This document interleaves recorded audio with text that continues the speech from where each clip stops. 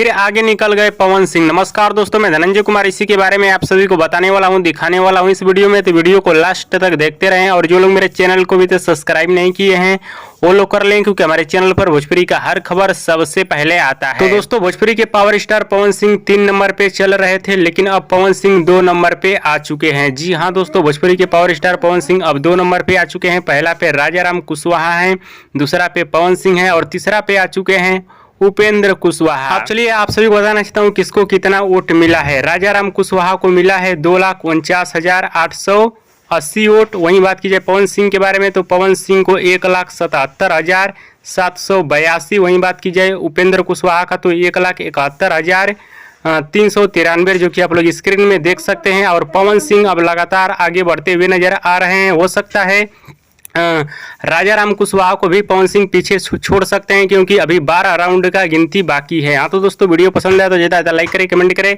Share करें, subscribe करें। धन्यवाद दोस्तों।